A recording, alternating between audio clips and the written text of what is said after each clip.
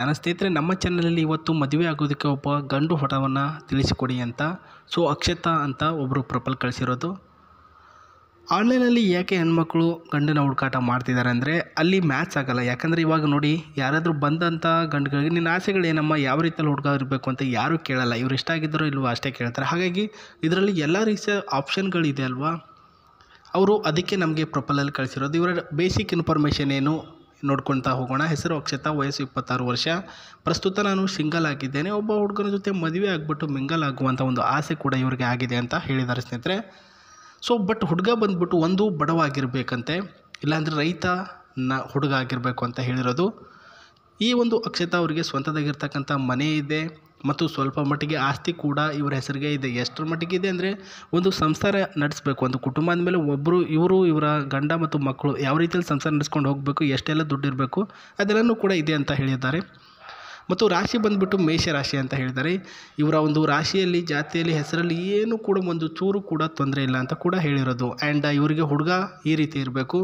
And ಹುಡುಗಲ್ಲಿ ಇರಬೇಕಾಗಿರ್ತಕ್ಕಂಥ qualification point number 1, ನೀವು ನನ್ನ ಜೊತೆ ಮಿಂಗಲ್ ಆಗೋವರೆಗೂ ಪ್ರಸ್ತುತ ಫ್ರೆಶ್ ಆಗಿರಬೇಕು ಮತ್ತು ವರ್ಜಿನ್ ಆಗಿರಬೇಕು.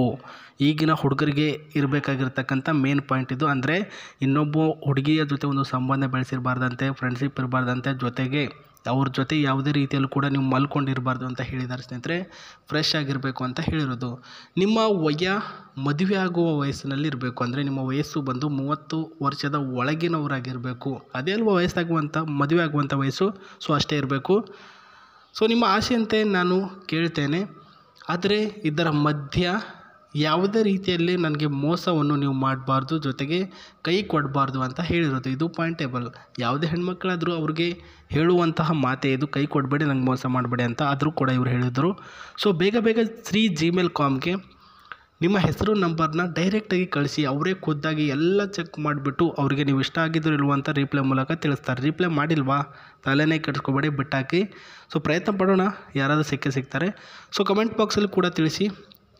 ಅದೇ ರೀತಿಯಾಗಿ ಇಲ್ಲೂ ಕೂಡ ಡೈರೆಕ್ಟಾಗಿ ಚೆಕ್ ಮಾಡಿ ಒಬ್ಬರಿಗೆ ರಿಪ್ಲೈ ಕೊಡ್ತಾರೆ. ಬಟ್ ಎಲ್ರಿಗೂ ನೋಡೋಕ್ಕಾಗಲ್ಲ ಸ್ನೇಹಿತರೆ, ಅವರು ತುಂಬ ಬ್ಯುಸಿ ಇರ್ತಾರೆ. ಈ ಕಡೆ ಬರೋಣ.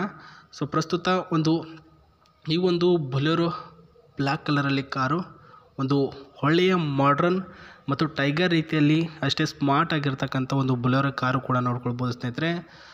ಸೊ ತುಂಬ ಸ್ಟೈಲಿಶ್ ಆಗಿರ್ತಕ್ಕಂಥ ಬಿಡ್ಲ್ ಸ್ಟೈಲಲ್ಲಿ ಒಂದು ಇದೆ. ಆ್ಯಂಡ್ ಅದೇ ರೀತಿಯಾಗಿ ಇಂಜಿನ್ ಬಂದುಬಿಟ್ಟು 1199 cc ಈ ಒಂದು ಇಂಜಿನ್ ಇರ್ತಕ್ಕಂಥದ್ದು fresh. And 1497 cc power of start ಅಂತ ಒಂದು ಇರ್ತಕ್ಕಂಥದ್ದು. ಆ್ಯಂಡ್ ಇದರ ಒಂದು 1103ಯಲ್ಲಿ ಇನ್ನೊಂದು ಮಾಡ್ರನ್ ಇದೆ ಅಂತ ತಿಳಿಸಿದ್ದಾರೆ. ಮತ್ತು ಅದೇ ರೀತಿಯಾಗಿ ಒಂದು BHKಯಲ್ಲಿ ಟರ್ಬೋ ಬಂದ್ಬಿಟ್ಟು 260 Nmನಲ್ಲಿದೆ. ಆ್ಯಂಡ್ 170 Nm ಸೀಟಿಂಗ್ ಕೆಪಾಸಿಟಿಯಲ್ಲಿ 5 ಡ್ರೈವ್ ಟೈಪ್. ಆ್ಯಂಡ್ ವೋಲ್ಟೇಜ್ ಬಂದುಬಿಟ್ಟು 24 ಮೈಲೇಜಿಂಗ್ ಕೊಡ್ತಾ ಇದೆ ಸ್ನೇಹಿತರೆ. ಅಂದರೆ 1 ಲೀಟ್ರಿಗೆ ಒಂದು 120, 200, 500 ಅಂತ ಅಂದ್ಬಿಟ್ಟು ನೀವು ಡೀಸೆಲ್ ಹಾಕಿದರೆ ಪ್ರಸ್ತುತ ಒಂದು 16 to 50 ಕಿಲೋಮೀಟ್ರ್ ಹೋಗ್ಬಿಟ್ಟು ಬರುತ್ತೆ ಅಂತ ಹೇಳಿದ್ದಾರೆ. ಒಳ್ಳೆಯ ಒಂದು ಕೆಪಾಸಿಟಿಯಲ್ಲಿ ಡೀಸೆಲ್ ಕೂಡ ಇದರಲ್ಲಿದೆ. ಆ್ಯಂಡ್ ಅದನ್ನು ಕೂಡ ನೀವು ನೋಡ್ಕೊಳ್ತಿದ್ದೀರಾ, ಚೆನ್ನಾಗಿದೆ ನೋಡೋದಕ್ಕೂ. ಕಾರು ಕೂಡ ಲುಕ್ಕಲ್ಲಿ ಮತ್ತು ಮಾಡ್ರನ್ನಲ್ಲಿ ಚೆನ್ನಾಗಿದೆ. ಇನ್ನು ಒಳಗಡೆ ಯಾವ ರೀತಿ ಇದೆ, ಸೊ ಮಾಹಿತಿ ಇದು ಬೇಕಾಗಿಲ್ಲ ನಮಗೆ, ಆದರೂ ಕೂಡ ಸುಮ್ಮನೆ ನೋಡ್ಕೊಂಡು ಬರೋಣಲ್ಲ, ಏನಾಗುತ್ತೆ ಒಂದು 2 ನಿಮಿಷ. ಸೊ ನೋಡಿ, ಇದರ ಒಂದು ಇನ್ನೊಂದು ಸೈಡಲ್ಲಿರ್ತಕ್ಕಂಥ ಕಲರಿಂಗು. ಸೊ ಕಾರೇ ನೋಡಿಲ್ವಾ, ನೀನೇನಕ್ಕೆ ತೋರಿಸ್ತಿದ್ದೆ ಅಂತ ಹೇಳ್ತೀರಾ. ಬಟ್ ಅವರಿಗೆ ಈ ರೀತಿಯ ಕಾರು ಅಂದರೆ ತುಂಬ ಇಷ್ಟಪಡ್ತಾರೆ ಅವರು. ಅದರಲ್ಲೂ ಬ್ಲ್ಯಾಕ್ ಕಲರ್ ಅಂದರೆ ಹೆಣ್ಣುಮಕ್ಕಳಿಗೆ ಪಂಚಪ್ರಾಣ.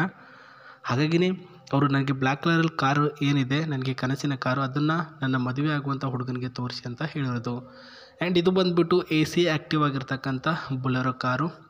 ಇದರ ಒಂದು ಡೋರ್ಸ್ ನೋಡ್ಕೊಳ್ಬೋದು. 1, 2 ಹಿಂದ್ಗಡೆ ಒಂದಿದೆ, 3 ಆ್ಯಂಡ್ ಒಟ್ಟಿನಲ್ಲಿ 4+1 5 ಡೋರ್ಸ್ ಅವೈಲಬಿಲಿಟಿ ಇದೆ ಅಂತ ಹೇಳಿದ್ದಾರೆ ಸ್ನೇಹಿತರೆ. ಆ್ಯಂಡ್ ಇದರ ಒಂದು ಬಿಲ್ಡ್ ಕಲರಲ್ಲಿ ಇರ್ತಕ್ಕಂಥ ಸ್ಪೇಸ್ ಕೂಡ ನೋಡ್ಕೊಳ್ಬೋದು.